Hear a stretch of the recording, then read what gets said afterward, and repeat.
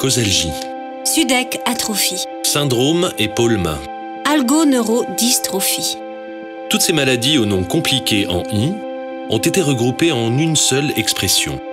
Le SDRC en français, le syndrome douloureux régional complexe, ou CRPS en anglais.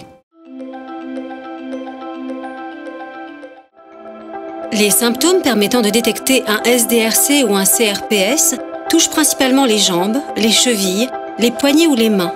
Ils sont variés et le patient peut en ressentir un ou plusieurs. Fourmillement. Brûlures ou douleurs intenses. Raideur d'un bras ou d'une jambe. Peau très sensible à l'effleurement qui devient douloureux. Sueur perlée des mains ou des pieds.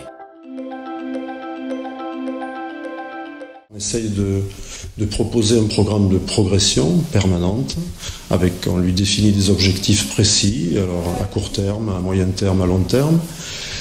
Et nous essayons, en tout cas ici, nous faisons 2 séances par jour, une séance en piscine et une séance au gymnase en salle de rééducation.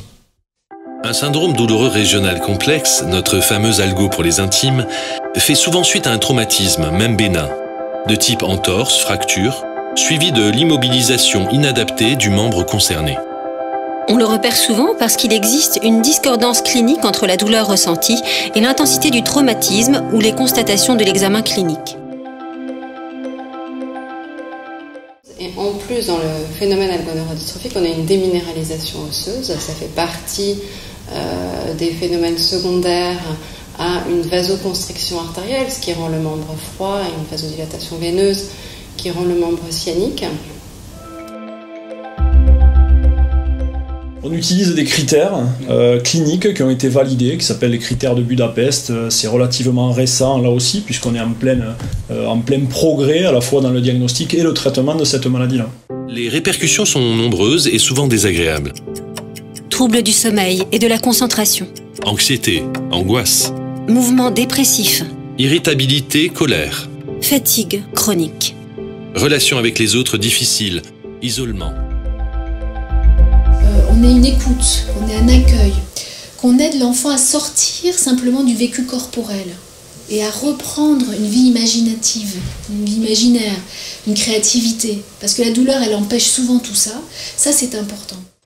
Parce qu'un parent qui a un enfant douloureux, il vit lui-même, il s'identifie à la douleur.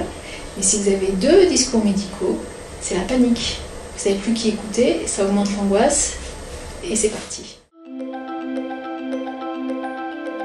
Le but du traitement sera de permettre une reprise progressive de la mobilisation sans réveiller la douleur, comme un sportif de haut niveau qui s'entraîne petit à petit à récupérer ses muscles après une blessure.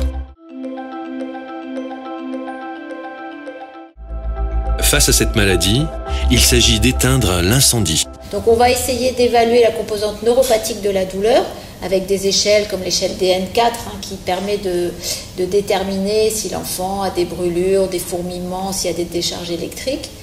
On essaye dans la majorité des cas d'éviter de donner à ces enfants des antalgiques forts, donc les antalgiques du palier 3, notamment tous les morphiniques.